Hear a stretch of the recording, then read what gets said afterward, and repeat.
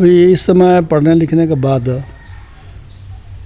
आदमी और ही भटक गया है, पता नहीं। बिल्कुल बिल्कुल सही कह रहे हैं। ये पढ़ने का कारण ऐसा हो रहा है कि पढ़ाई की जो प्रणाली है उसके कारण हो रहा है। ये एक शोध का विषय है, क्योंकि पढ़ने का मतलब ये है कि ज्ञान हासिल करना, भटकना नहीं है। लेकिन हम पढ़ते पढ़ते हम भटक जाते हैं और जो मूल तत्व है, जो मूल विचार है, जो मूल आधार शिक्षा का है, उसको हम छोड़कर और फिर भौतिकवादिता में हम बह जाते हैं जी। ये आज की पढ़ाई का एक मूल कारण हो गया है। इसके कारण आदमी आज जीवन में सेवा की भावना स्वार्थ साथ जुटा हुआ है। हम उसको मदद करेंगे तो हमको हमारे लिए क्या करेगा, जी जी। हम ये काम करेंगे तो समाज हमको इसके लिए क्या हमको मान सम्मान देगा। इस तरह से कई चीज़ें ऐसी हैं जिससे हम एक बनिया का दुकान है कि हमें पैसा दिया, जितना पैसा दिया उतना का माल मिला जी। तो ये समाज में नहीं होना चाहिए। समाज में तो निस्वार्थ भाव से समाज के लिए जितना आप कर सकते हैं जी। उतना आप कीजिए। ये नहीं है कि आप अपने सामर्थ्य से अधिक कीजिए, ऐसा भी नहीं है। लेकिन सामर्थ्य के अंदर भी आप कुछ समाज के लिए कर सकते हैं, ऐसा है। बिल्कुल। तो इसलिए मनुष्य को उस दृष्टिकोण से विचार करते हुए आगे अपना जीवन चलाना चाहिए। राजनीति में आपका एक बहुत लंबा अनुभव रहा है। एक समय रहा है जब इस देश में जो भी यहाँ के बड़े बड़े राजा हुए वो धर्म के आश्रय में रह करके राज्य का संचालन, अपने सत्ता का विस्तार किए। आज आपको लगता है कि धर्म के आश्रय में राजनीति हो रही है? देखिए, संविधान में जो एक शब्द है धर्मनिरपेक्ष, हाँ। अब इसका अर्थ हम तो अभी तक समझे नहीं है। धर्मनिरपेक्ष और धर्म विहीन दोनों अलग अलग है। जी बिल्कुल। हम धर्म विहीन हो गए हैं, धर्मनिरपेक्ष नहीं हुए हैं। ऐसी स्थिति में इसका विश्लेषण करना बहुत कठिन हो जाता है। संविधान के हिसाब से तो ठीक है, कहीं संविधान आपको बांध दे रहा है नहीं, लेकिन तब भी निजी जीवन में तो व्यक्ति इसका उपयोग कर ही सकता है। आदमी आज सोचता ही नहीं है ना, लिखी हुई बातों पर ही भटक जाता है। उसके कई अर्थ हो सकते हैं जी। लिखी हुई बातें वर्तमान संदर्भ के आधार पर उस समय के सामाजिक सांस्कृतिक बिल्कुल सही, आप बिल्कुल ये सही सभी चीज़ों को देखकर उस समय आप उसका आपके पास जो ज्ञान है उसका उपयोग करना चाहिए। हाँ। ये नहीं बोलता है कि किताब में आप पढ़े हैं वैसे ही आप उसको कीजिए। 500 साल पहले जो परिपाटी थी, परंपराएं थी, लिखी हुई थी, उसको उसी तरह ठोक दिया अभी भी। तो इस तरह से आदमी नए युग के साथ जीने का तरीका निकालना चाहिए जो हमने निकाला नहीं। जी। और उसमें इतना ज़रूर है कि हमारे वैदिक पद्धति में जो बातें कही गई हैं वो सर्व युग में लागू हो सकती हैं। प्रकृति से प्रेम करना, लोगों से प्रेम करना, जी। यथासंभव लोगों का मदद करना, धन का संग्रह अधिक नहीं करना, जी। ये सारी बातें तो बहुत पहले कही गई हैं। जी। और आज तो हम वो नहीं कर रहे हैं। आज तो हम सोचते हैं कि दुनिया का धन अगर हमारे घर में आ जाए तो भी हम गरीब हैं, ऐसा सोचने लगे हैं। बिल्कुल। आज मैं कभी कभी कहता हूँ जितने हमारे धर्म शंकराचार्य वगैरह हैं वो तो अथाह संपत्ति है, बहुत है, बहुत है। लेकिन क्या करते हैं, सोने का कुर्सी बनाते हैं, उससे बैठते हैं। गरीबों के लिए तो करते नहीं है। आज एक बात तो विचार करनी है कि अपना प्रभाव जमाने के लिए हर शंकराचार्य अपना अपना पे ग्रुप बन गया है। हाँ। और चारों शंकराचार्य में शायद एक मत तो है नहीं, जी। मेरा अपना अंदाज है। हाँ। और नहीं तो चारों शंकराचार्य मिलकर देश को सामाजिक दृष्टिकोण से, धर्म दृष्टिकोण से किस तरह से लोगों को चलना चाहिए, चलाना चाहिए, ये अगर मिलके कोई गाइडलाइन तय कर ले सब लोग मानेंगे। लेकिन आज तो अलग अलग है। वो एक ना भूख है जिसको शास्त्र में लोकेशना कहते हैं कि हमारी अपनी सत्ता हो, हमारी अपनी पहचान हो, और उसी में हम सनातन धर्मी के लोग जो है ना कमज़ोर होते जा रहे हैं। अपना पंथ चलाते हुए भी सब लोग एक स्वर में सनातन की जय तो बोले। बिल्कुल। जय तो बोलते हैं, लेकिन शायद अपना जय बोलते हैं। अब ये तो नहीं कर सकते हैं। अब वो बड़े बड़े लोग हैं। हमने देखा बाबूजी, कुंभ 2019 हुआ था, वहाँ पर एक एक बाबा जी लोग जो बड़े प्रसिद्ध बाबा हैं 8-8 करोड़ 20-20 करोड़ 30-30 करोड़ रुपए का अपना अनपरमानेंट स्ट्रक्चर बनाए थे रहने के लिए, और भक्तों का कैटेगरी बना रखे हैं। वो जो बिजनेस क्लास भक्त है उसके लिए अलग एकोमोडेशन है, मिडिल क्लास तो खैर कहीं भी रह लेगा बेचारा, वो खड़िया पलटन में। हाँ, कुछ और भी जो करे। निम्न स्थिति में जीवन जी रहा है, अभाव में जीवन जी रहा है, उसकी तो कोई पूछ ही नहीं है। तो ये एक विडंबना है कि जो सेवा भाव से जीवन जीने का संकल्प लिया जाता है, उस जीवन में भी आदमी क्लासिफिकेशन कर ले रहा है, सर्विसेज देने लग रहा है। झारखंड के भीतर जो कुछ भी बदलाव हुआ आपके अभी तक के अनुभव में, उसको आप कितना बेहतर समझते हैं और कितना और आवश्यक है कि अच्छा हो? झारखंड बनने के बाद झारखंड में जो विकास होना चाहिए तो हुआ नहीं।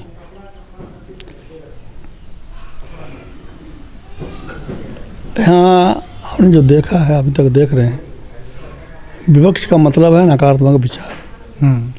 जो भी दल सत्ता से हट जाता है, नकारात्मक विचारों को लेके ही लोगों को फिर भड़काता है जी। चाहे कोई पार्टी हो। हमने जो देखा आज भी वही हो रहा है। आज जो लोग हैं सत्ता में, वो लोग कल तक जो काम हुए हैं उसको बंद कर रहे हैं। ये विकास काम तो कोई एक आदमी नहीं कर सकता है ना जी। सतत चलने वाला है। जी। लेकिन शुरू किया है तो उसको आगे बढ़ाना चाहिए। कहीं अगर कमी है, कहीं अगर इसमें कोई दोष है तो उसको दूर करते हुए उसको ठीक से करो ना। लेकिन उसको बंद करने का तो मतलब नहीं है।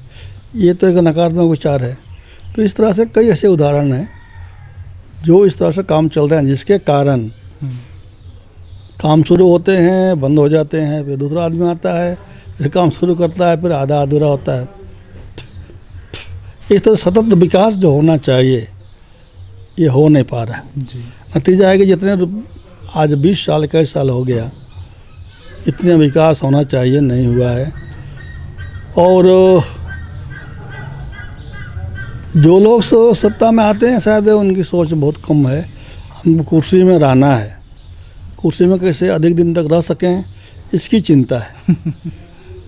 और नतीजा ये है कि जो मूल बातें हैं, जो जिसको हम लोग बुनियादी आवश्यकताएं हैं, रोजगार का या भोजन का, शिक्षा का, स्वास्थ्य का, बिजली है, पीने के पानी का, आवागमन की सुविधा है, सब चीज़ें जो विकास के लिए जो मूल बातें हैं उसको हम छोड़ रहे हैं। हम ऊपर ऊपर विकास की बात कर रहे हैं।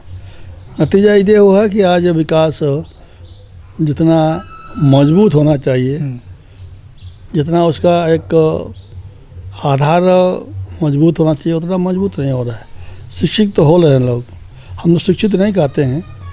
हमारे अपने विचार से हम जो सोचते हैं उसमें ये सोचते हैं कि आज हम पढ़ रहे हैं, हम साक्षर हो रहे हैं। साक्षर हो रहे हैं। इसको हम लोग अंग्रेजी में मतलब लिटरेट, इलिटरेट हैं, लिटरेट हो रहे हैं।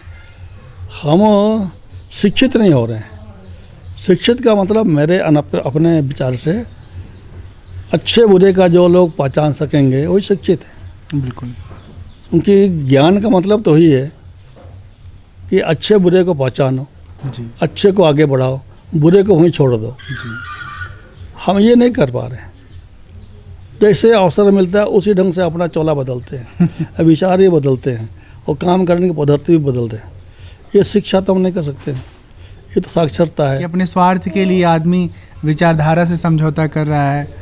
आजकल तो राजनीतिक दलों में एकदम से समझिए हर दिन भूकंप आता रहता है। इनका पलड़ा खराब हो रहा है तो उधर घुस जाते हैं, उधर पलड़ा खराब हुआ तो उधर घुस जाते हैं। हाँ, ये तो एक राजनीतिक विषय है। अगर वो दुर्भाग्य नैतिक मूल्य होता उनके भीतर, सिद्धांतवाद का वो समर्थन करते, पालन करते, तो ऐसा नहीं होता ना वहाँ भी। देखिए ऐसा है कि लोकतंत्र का अपने देश में एक मखौल हो गया है। कितने लोग संविधान पढ़ते हैं, कितने लोग संविधान की शब्दों का अर्थ समझकर उसको पालन करते हैं। मैं नहीं समझता। मोटा मोटी बातें अलग अलग ढंग से पढ़ते हैं, समझते हैं, उसी ढंग से काम करते हैं। अब कुछ लोग बोलते हैं कि भाई हमको बोलने की आज़ादी है, और इसका मतलब थोड़ी है कि अगड़म अगड़म बोलना है, किसी को गाली देना है। बिल्कुल। ये तो नहीं है ना। बिल्कुल। बोलने की आज़ादी मतलब अपने विचार को लोगों तक पहुंचाने के लिए आप अपनी बात रखें, इसलिए जी। इसलिए नहीं है कि गलत बात बोलना है, गलत काम करना है। और समाज में संतुलन। हाँ, तो गलत होगा तो असंतुलन होगा ही। अच्छा संतुलन बाबूजी, आदिवासी एक ऐसा विषय है जिसको लेकर के बहुत सारे लोगों में भ्रम है। जो लोग इन बिंदुओं का अध्ययन करते हैं उनके लिए तो आसान है समझना, लेकिन समाज में तो बहुत सारे लोग हैं हर चीज़ नहीं पढ़ते। और एक ऐसा शब्द है जिसका संबंध झारखंड से बहुत है। तो अगर हमें समझना हो या कोई समझना चाहता हो आदिवासी का जीवन, आदिवासी के जीवन का संघर्ष, आदिवासी के जीवन में सरकारों द्वारा प्रदान की जाने वाली सहायता, तो ये कैसे समझा जा सकता है? अब इसको हम दो भाग में आपको बताएंगे जी। एक तरह का आदिवासी शब्द मूल रूप से हम इसको नहीं मानते हैं। एक बार हमने एक सेमिनार, जब हम MP थे तो हमने सेमिनार किया बच्चों का, जो मैट्रिक से ऊपर और BA तक पढ़ने वाले लड़के लोग या उससे ऊपर। उन्होंने बोला कि आज हम लोग एक दिन इनके शिविर करेंगे और विचारों का आदान प्रदान करेंगे। कुछ लोग आया, 25-30 लोग आए, जाते तो नहीं, वो सेमिनार में उतना ही काफ़ी है। तो इतना भी समझ जाए लोग तो मैं सोचता था कि अच्छा है। तो उसमें से बात बहुत होने के बाद एक लड़का हमको पूछा कि हमको लोग ये विश्व हिंदू परिषद वाले और ये करुणाश्रम वाले हमको बनवासी क्यों कहते हैं। हमारे बीच में कुछ लोग थे, पंडित लोग, हमसे भी से बुजुर्ग लोग थे, अब नहीं हैं, हमसे पढ़े लिखे थे, अच्छे। तो हमने कहा भाई वो जवाब दो। हम तो आप लोग तो छोटे हैं, हम तो क्या बोलेंगे, तो लेकिन आप ही बोलिए। तो हमने कहा कि भाई कितने आदमी रामायण पढ़े हो? इसमें से तो कोई नहीं है। गीता आदमी कितना पढ़ा है? वो कोई नहीं है। बाकी विषय तो छोड़ दीजिए। हम बोले कि इन शास्त्रों में कहीं भी आदिवासी शब्द नहीं है। उस समय समाज को कुछ भागों में बांटा गया था।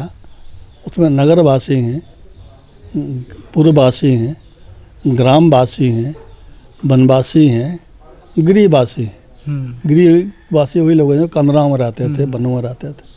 तो ये इतना ही उसमें समाज को वर्गीकरण किया गया था और उसी ढंग से समाज चला। उसमें कोई आगे पीछे नहीं था। बिल्कुल। लेकिन आज हम उससे तो भटक गए। ये आदिवासी शब्द कहाँ से निकला हमको तो पता नहीं। तो हमने बताया उन लोग को, देखो भाई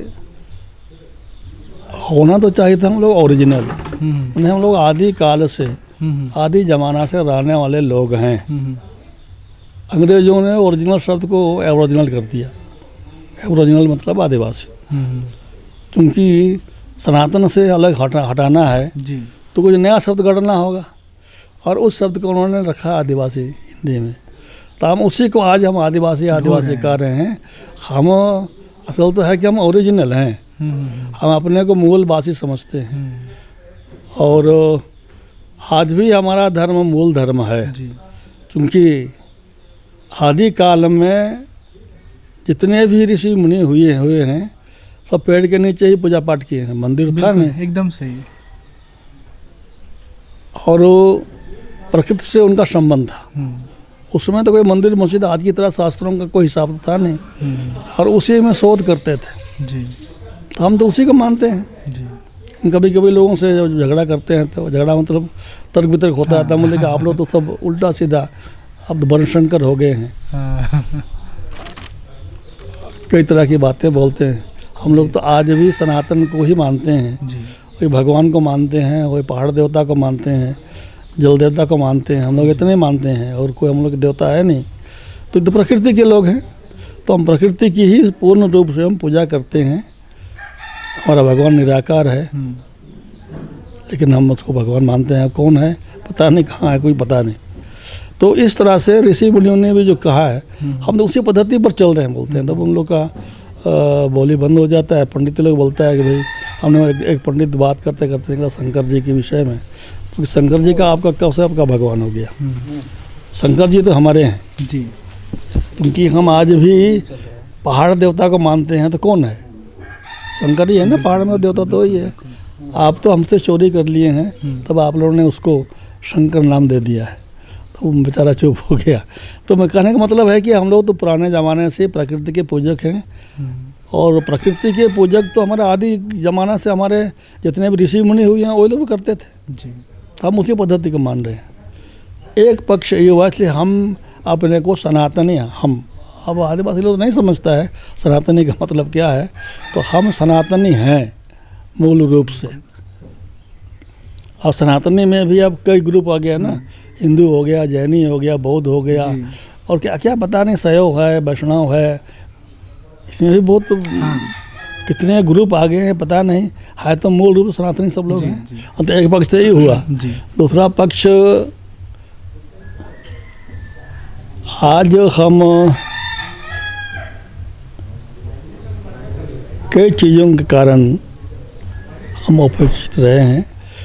एक तो संघर्ष में जीवन जिंदगी भर जीते रहे। ये अभी तक कोई शास्त्र वालों ने नहीं कहा कि ये आदिवासी लोग, खासकर मुंडा लोग कहाँ से आया। अभी तक कोई शास्त्र, अपने विदेशों का किताबें पढ़ा, कुछ इधर उधर हुआ। एक किताब मेरे पास है, फ्रांस का लेखक है, उन्होंने लिखा है कि नहीं, पहले हंगरी से लोग आया पर्सिया में। पहले तो पर्सिया था ना, अब आजकल उसका कई ग्रुप हो गया है। पर्सिया में आज हो गया, टर्की भी है, इराक भी है, ईरान भी है, इजराइल भी है, और अरब कंट्री जितने हैं सब पर्शियन के राजा के अंदर था। लोग बोलते थे कि वहाँ से दो ग्रुप आया, उसको अपना उन्होंने नाम दिया है। और उसका उन्होंने तर्क दिया है कि जो मुंडा भाषा में जो शब्द आज भी प्रयोग होते हैं, इन भाषाओं में भी कहीं कहीं इन लोगों के बीच में भी इस तरह का शब्द मिलता है। अब वो मिलता है, उसका तो अभी तक हमको शोधन जानकारी नहीं पा पाया, लेकिन उन्होंने कहा, इसको भाषा शास्त्र में कहता है विद्वान लोग, विद्वान मतलब विदेशी विद्वान लोग ही। हमारे यहाँ तो भाषा शास्त्र का तो संस्कृत है, तो वो तो एक ही है। तो उन लोगों ने कहा है कि भाई ये आस्ट्रिक जो भाषा परिवार है, ये बहुत पुराना और बहुत बड़ा है, और एक ज़माना में साउथ ईस्ट एशिया में एक ज़माना में इसी भाषा का प्रयोग होता था। और इसका कई उदाहरण लोग देते हैं, चाहे चीन हो, जापान हो, चाहे साउथ एशिया के जो मलेशिया ग्रुप है, साउथ ईस्टर्न जितने देश हैं सभी इसी से निकले हैं। और इसका एक और उन्होंने उदाहरण दिया कि आज ऑस्ट्रेलिया में जो आदिवासी हैं इसी ऑस्ट्रिक भाषा का ही प्रयोग करते हैं, परंतु बहुत से शब्द अपभ्रंश हो गए हैं, लेकिन कुछ शब्द आज भी मिलते जुलते हैं। अब ये उतना दूर तक तो हमको जानने का ना समझने का मौका मिला ना। अब तो क्या मिलेगा, अब तो उम्र इतना हो गया है कि अब घूमने फिरने का समय भी नहीं है। मन इच्छा होता है कि भाई जानना चाहिए। तो इस तरह से हम तो अच्छा। और एक बात अभी तक इसको बहुत कम लोग जानते हैं कि हमारा जो मुंडारी जो हम लोग बोलते हैं उसमें बहुत से संस्कृत शब्द है, या संस्कृत में मुंडा शब्द है। जैसे हम लोग लहंगा बोलते हैं, एक शब्द ना ओ मुंडा गोरा रंग देख के, इस गाने में है ना, मुंडे है, मुंडे है, मुंडे नहीं मुंडा हो जी, मुंडे नहीं, वो लोग मुंडे बोलते हैं, पंजाबी लोग का है। लेकिन वो बोलते से मुंडा बोला है। ये है कि मुंडा मतलब लड़का, मुंडा मतलब लड़का होता है। नहीं, थोड़ा ह्यूमर भी तो चाहिए बातचीत में। नहीं वही है। अब इसका मतलब थोड़ा कि हम लोग हंसी मजाक नहीं करेंगे। मुंडा लोग लड़का बोलता है, लड़की को अच्छा वो भी है, मुंडा बोलता है, और लड़की को कुड़ी बोलता है, हम लोग भी कुड़ी बोलते हैं। अब ये कभी लगता है कि हम लोग कभी रहे होंगे साथ। पंजाबी सारे आपसे निकले लग रहा है। अच्छा, एक और बात ये है जो मेरा मन हुआ पूछ ले हम आपसे, क्योंकि गंभीर सवाल खत्म नहीं किए हैं। अच्छा। तो वो बहुत से शब्द से लहंगा है। हाँ। लहंगा शब्द हिंदी में भी लहंगा है, हम भी लहंगा ही बोलते हैं। हाँ। और जो लंगोटा है, हाँ। उसको हम लोग करिया बोलते हैं, जो कमर में बांध के लोग बांधता है, जो तपस्वी लोग बांधते हैं। जी। उसी तरह से दाह शब्द भी संस्कृत में है, जो पानी, हम लोग भी दाह बोलते हैं। तो इस तरह से और भी कई चीज़ें हैं जो संस्कृत में आज भी हैं और हम भी बोलते हैं। कुछ अपभ्रंश हो गया है, कुछ हम कर लिए हैं, कुछ संस्कृत वाले अपना कर लिए हैं। उसके अलावे और वचन भी हमारे 3 हैं, एक वचन, द्विवचन, बहुवचन। जी। लिंग का भेद हमारा क्रिया से नहीं होता, जैसे हिंदी में है ना जी। कि चरती है मतलब कोई गाय चरती है, चरता है मतलब बैल यानी पुरुष होगा, या जाता है जाती है, तो इससे पता लगता है कि कोई लड़का जा रहा है या लड़की जा रही है। हमारे यहाँ में उस संस्कृत जैसे कि बालिका गच्छति, तो बालिका भी गच्छति है। गच्छति तो एक ही है ना, क्रिया से पता नहीं चलता है। जब तक बालिका नहीं बोलेंगे तब तक हमको स्त्रीलिंग का पता नहीं चलेगा। हम लोग यहाँ वैसे ही हैं। इसका अर्थ है कि क्या कभी हम लोग उस भाषा से संबंधित थे क्या, ये भी शोध का विषय है। कौन करेगा, हमारे आदमी तो नहीं कर सकता है। राजनीति वो एक पचड़ा है, और राजनीति में घुसने के बाद आदमी सब सोच नहीं सकता। नहीं अच्छा, एक सवाल हमारा बहुत इंटरेस्टिंग है। लोग समझते हैं कि नेता बनना हमारे उत्तर प्रदेश में, जो हमने देखा है बहुत सालों से, जब से मुझे लग रहा है समझ है थोड़ी बहुत, कि पैसा है, दबंगई है, तो बड़ा आसानी से बन सकता है कोई, और बन गए तो फिर आपको सरकार की तरफ से तनख्वाह मिलता है, फ्लैट मिल जाता है, और जब आपका कार्यकाल पूरा होता है तो फिर सैलरी मिलती है, मतलब पेंशन। तो ये तो बड़ा मज़ेदार है, लेकिन क्या वो 5 साल के कार्यकाल के दौरान आपको पढ़ाई भी करनी पड़ती है कि कैसे लोकसभा में जाके बात करना है, और देश और दुनिया के संदर्भ में भारत के विषय वस्तु को कैसे रखना है, तैयारी करनी पड़ती होगी? नहीं, बहुत से लोग पढ़ते हैं, हाँ, लेकिन आज पढ़ने वाले कम हैं। इसलिए लोकसभा राज्यसभा में कुछ अगड़म बगड़म बातें भी होती है। लेकिन जो लोग समझदार हैं, पढ़े लिखे लोग हैं, जो अच्छी बातें रखते हैं, और पढ़ के जाने से बोलने का बिंदु मिलता है। भाषा तो अपनी होती है, परंतु उसमें एक बिंदु मिलता है, पॉइंट्स मिलते हैं, इसके आधार पर आप उसको अपने ढंग से विश्लेषण कर सकते हैं, प्रयोग कर सकते हैं, वहाँ पर उसका विस्तार से बात कर सकते हैं। ये तो है, लेकिन पढ़ने वाले आज बहुत कम हैं। आज आप बोले कि दबंगई वाला हिसाब है। दबंगई 2 तरह का है, एक तो धन का दबंगई, दूसरा है बल का। और दोनों तरह का आज प्रयोग हो रहा है। और इसलिए आज पार्लियामेंट में जिस तरह का वातावरण, एक बड़ा शांति और सौम्य ढंग से, बड़ा आदर्श ढंग से दिखना चाहिए, दिखता नहीं है। ये कारण यही है। इसलिए ये बात है। एक विधायक को पूछा गया एमएलए का मतलब क्या है। अरे छोड़ो ये सब प्रश्न छोड़ो। उनको पता तक नहीं था कि एमएलए का मतलब क्या होता है। वो जानता। और बीजेपी के वो कैंडिडेट बनाए गए थे, पता नहीं बनाए गए हैं अभी कि उनको हटा दिया गया। इस 2022 के चुनाव उत्तर प्रदेश की बात है। देखिए, बहुत सी ऐसी बातें हैं, मतलब जिसको हम किसी दल पे कोई आरोप नहीं लगा रहे, लेकिन कम से कम जो भी इस क्षेत्र में आना चाह रहा है उसको इतना तो मालूम हो, बेसिक चीज़ें। हाँ, अब अगर इतना ही नहीं मालूम है तो क्षेत्र की बातों को लोग विधानसभा में कैसे रखेंगे, लोकसभा में कैसे रखेंगे? अब जैसे हमारे बिहार में राबड़ी जी मुख्यमंत्री बन गई। हालांकि मुझे इन सब बिंदुओं पे जाना नहीं चाहिए, ये बिहार का सौभाग्य है कि दुर्भाग्य है, ये बिहार वाले सब जानते हैं। जो व्यक्ति चीज़ों को समझ नहीं रहा, बाबू जी बस एक कुछ बातें हैं, जो व्यक्ति शिक्षा के बारे में कुछ नहीं जानता है उसको शिक्षा मंत्री बना देते हैं। जो खेल नहीं खेला है, खेल के बारे में ABCD नहीं मालूम है, उसको खेल मंत्री। जो डिजिटल दुनिया का ज्ञान नहीं रखता उसको प्रसारण मंत्री बना देते हैं। तो ऐसा होना चाहिए ना कि अगर राजनीति में अलग अलग विधाओं के लोगों को मौका दिया जाए, वो लोग चुन के आए तो अपने अपने क्षेत्र में बढ़िया काम करेंगे। 2 बातें इसमें है। एक तरह की जो इस तरह का कोई संविधान में कोई व्यवस्था नहीं है। संविधान में व्यवस्था के हिसाब से तो ये है कि जो लोग पसंद करते हैं, जिसको चुन के भेजते हैं, चाहे गधा हो, हाँ, तो उसमें कोई मान ये नहीं है।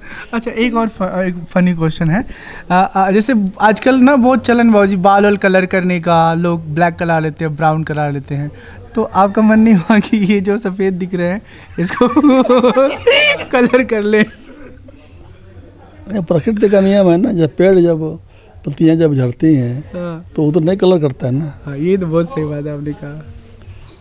ये उम्र होता है तो पत्तियाँ पीली हो जाएंगी हरा से, जी। और पीला होने के बाद फिर वो कत्थे रंग का हो जाएगा, कथा रंग होने के बाद झड़ जाता है। हमारे भी कुछ प्रशंसक हैं जो हमें पसंद करते हैं, कहते हैं बाबा दाढ़ी रंगवा लेते तो कितना अच्छा होता, बाल रंगवा लेते, 2-4 आजकल पक जाते, उम्र कोई मैटर ही नहीं करने लगा अब।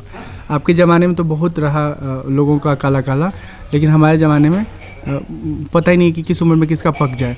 तो ये आपका अच्छा लगा कि प्रकृति के साथ रही है। बहुत छोटे बच्चों का भी बाल पकना शुरू हो गया है। आज जैसे अब डायबिटीज लोग बोलता था कि 40 साल के ऊपर उनको डायबिटीज होता है, आजकल तो बच्चों को भी हो रहा है। जी जी जी। हार्ट अटैक 50 साल के बाद का हिसाब होता है, बीपी का रोग आजकल तो बच्चों को भी हो रहा है। तो ये तो एक नया जो वातावरण बन गया, खाने पीने, उठने बैठने, रहने सहने का, सोचने का, ये कारण भी है। अच्छा जरा स्क्रीन में देखिए कि कितना % बैटरी बचा हुआ है। कॉर्नर पे दिख रहा है, आप समझ पाएंगे। बस हो गया, फाइनल है। सेवा जो आपने देखी। हाँ भाई वो देखिए उस कॉर्नर पे दिख रहा है 1%, 2%, 7%, कितना % बचा हुआ बैटरी? 3%। बाबूजी 1-2 मिनट में सेवा के क्षेत्र में जो आपके प्रकल्प हैं उसे बता दीजिए। ये सेवा एक दिन तो होता नहीं है, ये भी एक संस्कार में से ही निकलता है, और संस्कार हम लोग के परिवार से ही निकला है हमारा। क्योंकि पिताजी जो भी गरीब आदमी मदद करने के लिए आते थे, जो मदद मांगने आते थे, हाँ मदद मांगने आते थे, तो उनको खाली हाथ कभी भी लौटाते नहीं थे। चाहे जितना मांगा होगा उतना नहीं दिया हो, परंतु खाली हाथ नहीं जी। आया है आशा लेके, तो कुछ इसकी सेवा करनी चाहिए जितना हो सकता है, अपने पास जितना सामर्थ्य है। ये एक परिवार से ही हमको मिला है, संस्कार है, संस्कार है। और आज भी मेरा सोचने का आधार रही है कि जो मेरे पास जो भी थोड़ा बहुत जानकारी है या लोगों से परिचय होने के बाद जो एक शक्ति मिली है, उसका समाज के लिए उपयोग करना चाहिए।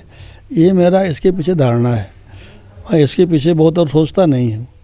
अगर मेरे चलते अगर कुछ लोगों का भला हो जाए तो ये अच्छी बात है।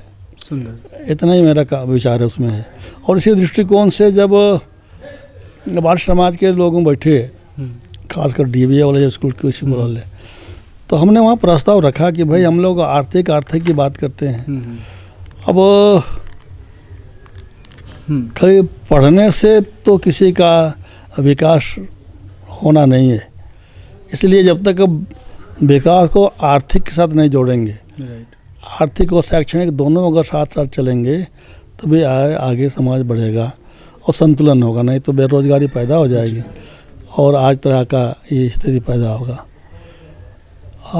तो उन्होंने माना इसको, तो हमने जो अभी नाम है हम लोग का सर्वांगीण ग्राम विकास संस्था, ये मेरा ही नाम दिया हुआ है जी। और हम समाज के भिन्न भिन्न अंगों को हम विकसित करें जी। अब जो सके जितना, कोई शिक्षा में करे, ठीक है, कोई खेती बाड़ी में करे, कोई दवा दारू में करे, कोई खेल में करे, जैसा भी हो, समाज का तो कई अंग है। तो इस ढंग से ही हम लोगों ने शुरू किया और आज हम लोग यहाँ पर सेवा का काम चला रहे हैं। जिस समय हम लोग शुरू किए थे, ये भी एक तरह से प्रतिक्रिया में ही हुआ।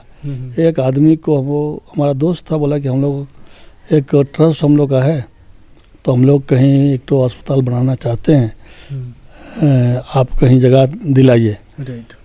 तो जगह दिलाने की बात हुई, जगह होने किया, तो बाद में वो भाग गया। तो हमको लगा कि तो बड़ा गलत बात हो गया। तो फिर हमने कोशिश किया कि भाई जैसे भी उसकी ज़मीन लेना चाहिए। तो हम लोगों ने निर्मल जी के साथ मिलकर हम लोगों ने उस ज़मीन को लिया, जो आज इसमें स्ट्रक्चर खड़ा अभी है। और जिस समय हम लोगों ने शुरू किया था, हमारे ज़मीन खरीदने के बाद, रजिस्ट्री होने के बाद, बाकी जब शुरू करने की बात हुई, तो हमारे यहाँ सिर्फ उस समय बैंक बैलेंस में 75,000 था। अब 75,000 में क्या होगा पता नहीं चले जी। परंतु ईश्वर की कृपा से आज पता नहीं कितना करोड़ का हो गया, ये हम कह सकते हैं जी। तो हम लोगों ने उसमें शुरू किया, जीरो से हम लोगों ने आगे बढ़ाया जी। तो मेरा एक अपना एक फिलॉसफी है कि अभाव में भाव पैदा करना ही सबसे बड़ा काम है। बिल्कुल बिल्कुल। भाव में तो लोग सब पैदा कर लेता है, अभाव में कोई नहीं करता है। सही। अभाव से भाव की ओर आप बढ़ेंगे तो ये ठोस भी होगा और इस बीच में आपको कई तरह के अनुभव भी प्राप्त होंगे, लोगों का रहन सहन, लोगों का व्यवहार, लोगों का विचार, लोग क्या सोचते हैं, इसका एक मोटा मोटी अंदाज भी होगा। और इस तरह से आप आगे बढ़ेंगे, मजबूत होगा। तो जिस दिन खड़ा हो जाएंगे आप, तो फिर उस दिन कोई आपको हिला नहीं पाएगा।